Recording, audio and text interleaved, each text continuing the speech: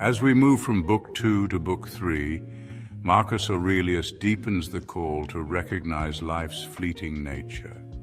Each day brings choices that echo through our existence, reminding us not to waste time on what does not serve our higher purpose.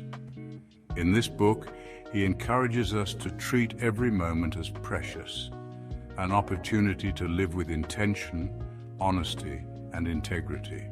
Life in its temporary state is a chance to embrace the pursuit of virtue. Cherish it without compromise, knowing that our time here is limited, and that every action should reflect the best of who we strive to be.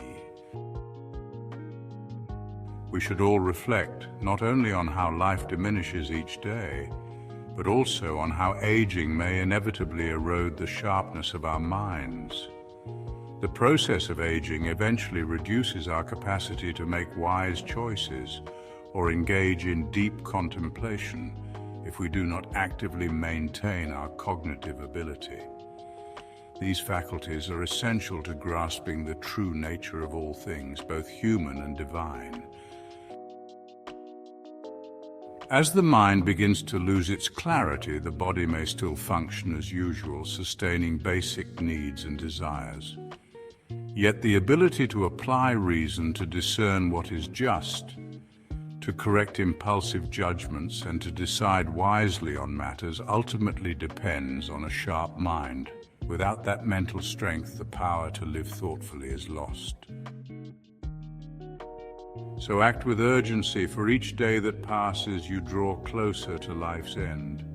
But remember, it is not only time that slips away, your ability to understand and act wisely fades as well. Use your intellect purposefully while it remains with you, lest it fails before life itself does.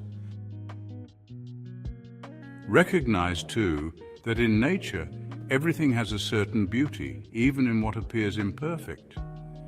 When a loaf of bread is baked, its rough, cracked crust forms unexpectedly, adding character. Though unintended, these small flaws often make things more appealing, showing us that there is delight in nature's irregularities. Figs are often seen as most beautiful and ripe when they start to shrink and wither. Similarly, olives reach their peak beauty just before they spoil. Think of the drooping clusters of grapes, a lion's furrowed brow, or a wild boar's foaming snout. Taken individually, they may not seem beautiful, but because they occur naturally, they still hold a unique appeal. If one looks deep enough, nearly everything in the world, even its simplest and roughest details, can reveal a sense of beauty and delight. Therefore, one should find as much joy in the natural expressions of wild creatures as in the depictions created by skilled artists. We too should recognize the unique beauty of aging in both men and women, and with a respectful eye, strive to discover what is truly beautiful and captivating in all things. Such insights are available only to those who understand and are deeply attuned to the natural world. Remain humble, considering how even the greatest healers fall to illness, or how those who predict death are not immune to fate. Conquerors, despite their power and countless victories, ultimately surrender their lives. Those who ponder the end of the world wind up dying in a state of despair. Even the wisest individuals can succumb to small creatures like lice, while the greatest philosophers have at times faced a much darker fate at the hands of vile men. So where do you stand now? You've embarked on your journey and have reached your destination. If you're moving on to another life, remember that gods are everywhere, even there. If existence and sensation end, you'll no longer experience pain or pleasure. You'll also be freed from caring for this earthly body, which is lesser in value compared to the rational spirit within you. One is a sentient being, while the other is simply a collection of matter. Don't waste the remaining days of your life thinking about what others do or their intentions, unless it relates to a common good and does not distract you from something more important. Avoid spending your time pondering what someone else is doing, what they're saying, what they think, or any other curiosities that lead you away from focusing on your rational mind and the true essence of yourself. Pay attention to your thoughts and steer clear of anything that is idle or irrelevant, especially those that are curious or malicious. Practice thinking only about matters that you could confidently share with others if asked. This will show that your mind is sincere and peaceful, reflecting the nature of someone designed for social connection. Avoid being caught up in pleasures or indulging in lustful thoughts, and stay away from envy, suspicion, and anything you'd be embarrassed to admit was on your mind. Someone who truly seeks the best in life acts as a servant of the divine, deeply connected to their inner self, which they honor as a sacred space. They strive to remain untainted by pleasure and undeterred by pain, refusing to harm themselves or let others do so. Like a skilled wrestler pursuing the highest reward, they remain steadfast against their own emotions and desires. They are committed to righteousness, embracing everything life offers as part of their journey. This wise person seldom concerns themselves with what others say or do, unless it serves a greater purpose for the community. They direct their attention solely to what is in their control and focus on what is truly theirs, as determined by fate or divine providence. This person will take charge of what is within their power, ensuring it is good, while accepting everything that happens to them as part of their fate. They recognize that each person has their own unavoidable and beneficial path. Understanding the connection between all rational beings, they believe that caring for others is part of being human. However, they maintain that honor and praise should come only from those who live in harmony with nature, not from just anyone. He understands who those people are that do not live authentically, what they are like in their private lives and in public, whether it's day or night. He sees how they behave and the kind of people they spend their time with. Because he knows they cannot truly approve of themselves, he disregards any praise or approval that comes from them. Act only according to your true will and ensure your actions align with the good of the community. Always think carefully before acting and do so willingly. Don't try to impress others with overly complex language. Keep your words and actions simple and avoid being someone who talks excessively or takes on too many responsibilities. Allow the divine within you to guide you, showing that you are a wise and sociable person, a true leader. Live your life as if you're always ready to leave this world, like a soldier waiting for the trumpet call to retreat. Be someone whose words and actions are so trustworthy that you don't need to swear oaths or rely on witnesses. Strive to be cheerful and self-sufficient, not relying on others for help or the peace that comes from their support. Aim to be someone who is naturally upright and strong, rather than someone who needs to fix themselves after losing their way. If you discover anything in this life that surpasses righteousness, truth, self-control, or courage, especially a mind that finds peace in doing what is right and accepting what happens beyond your control, then pursue it wholeheartedly. Enjoy whatever is truly the best wherever you find it, without reservation. But if you find nothing more worthy than the spirit within you, if there's nothing better than gaining control over your desires and carefully considering your thoughts before acting, if you see the value in stepping away from sensuality and caring for all people, then recognize that everything else is insignificant by comparison. Don't allow yourself to be distracted by anything else, as once you give in to these distractions, it becomes harder to pursue what is truly good for you. It is not right for anything of a lesser quality, whether it's fame, honor, wealth, or pleasure, to stand in opposition to what is rational and genuinely good. When these inferior things gain even a moment of appeal, they can quickly take control, corrupting one's mind and leading them away from the right path. Therefore, I urge you to choose what is truly best and stick with it. What is considered the best is what is most beneficial. If beneficial refers to humanity as rational beings, then embrace that idea and defend it. However, if it means beneficial in a purely superficial sense, reject it.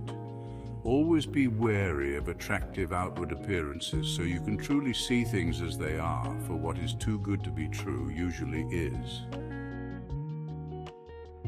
Don't ever view something as truly beneficial if it pushes you to betray your values or lose your integrity. Avoid hatred, suspicion, deceit, and desires that must remain hidden. Instead, those who cherish their rational mind and the sacred truths of virtue will not grieve or complain. They will find peace whether they are alone or with others. Most importantly, they will live free from both desire and fear. Now, regarding life, whether one experiences it for many years or just a few, it matters little. If one were to depart from life now, would they be as ready for that as for any other dignified action? Throughout one's life, their primary concern should be to keep their mind engaged in thoughts and actions that are appropriate for a rational and social being. In the mind of a person that has been truly disciplined, there is no foulness or impurity to be found. It is free from servility, pretentiousness, unfair ties, maliciousness, shame, or concealment. The life of such a person can never be caught off guard by death, just like an actor who finishes their role before the play is over. The end was always part of the plan. Use your ability to form opinions with honor and respect, as it encompasses everything important. Ensure that your opinions don't lead your understanding astray from nature or the true essence of living as a rational being. The ultimate goal of rationality is to act thoughtfully, to be kind towards others, and to willingly submit to the will of the universe in all its divinity. Therefore, set aside everything else and focus on these few important truths. Remember that no one can truly be said to live more than the present moment, which is just a brief instant in time. Everything else is either in the past or uncertain. Thus, the time any person lives is quite short, and the space they occupy on earth is just a tiny portion. Even the greatest fame that one might achieve after death is still very little.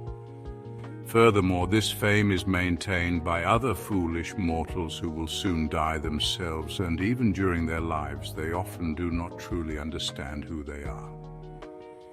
Much less can those who have long since passed know the truth about themselves. Along with these constant reminders, add one more practice. Take the time to create a detailed description of every idea that comes to your mind. Aim to fully understand it in its purest form, stripped of all distractions.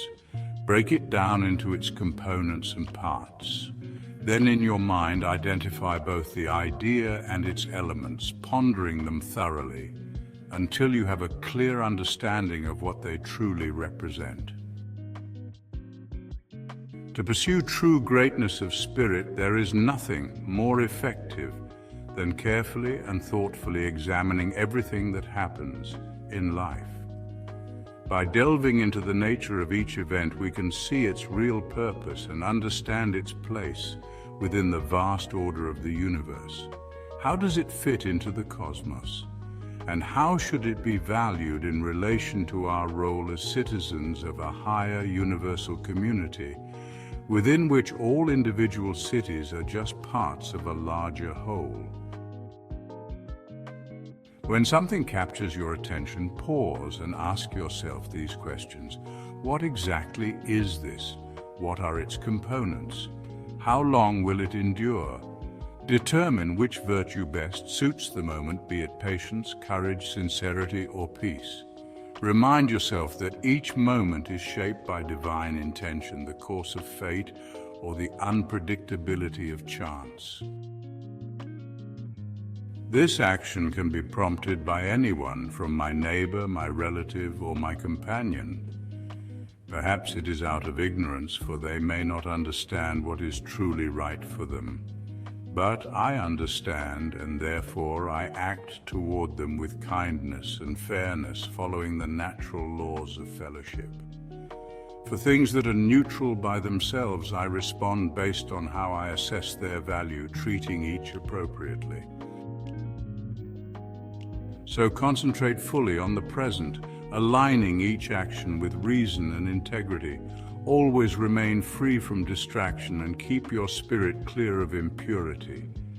By embracing this path without hope or fear and finding fulfillment in noble truth alone, you will live a truly happy life, and no one can prevent you from achieving it.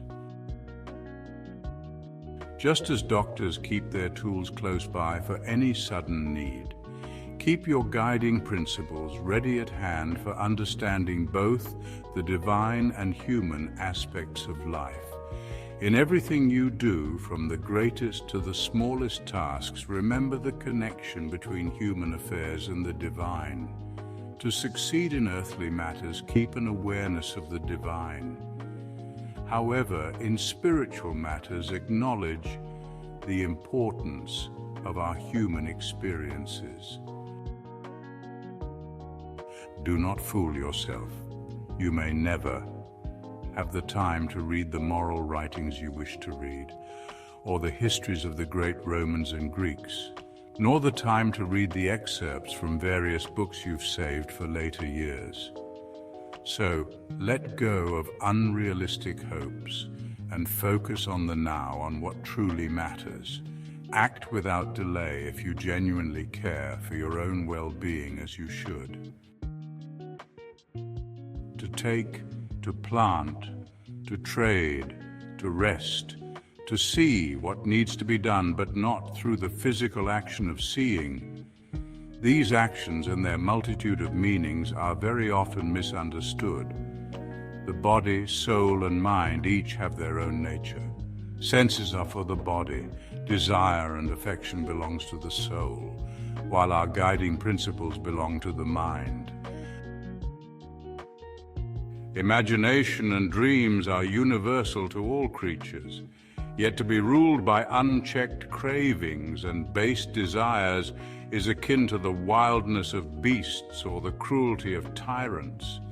While rationality allows for orderly action, even those lacking faith or loyalty to their fellow humans can employ reason. True moral character arises when reason is paired with integrity, not mere self-interest or secrecy. If all other things are considered shared, with animals and lesser beings, then let a good person distinguish themselves by accepting what fate brings, without letting needless thoughts disturb the spirit within. Let them revere this inner presence as something divine, choosing truth over falsehood and justice over wrongdoing. This alone is the quality that marks true goodness. A person of true character lives sincerely and with contentment regardless of others' beliefs about their life. Unaffected by doubt or disbelief, they neither harbor resentment toward anyone nor stray from their chosen path. They walk their course with a clear conscience, always prepared for whatever fate brings and willingly adapting to the path assigned to them without resistance.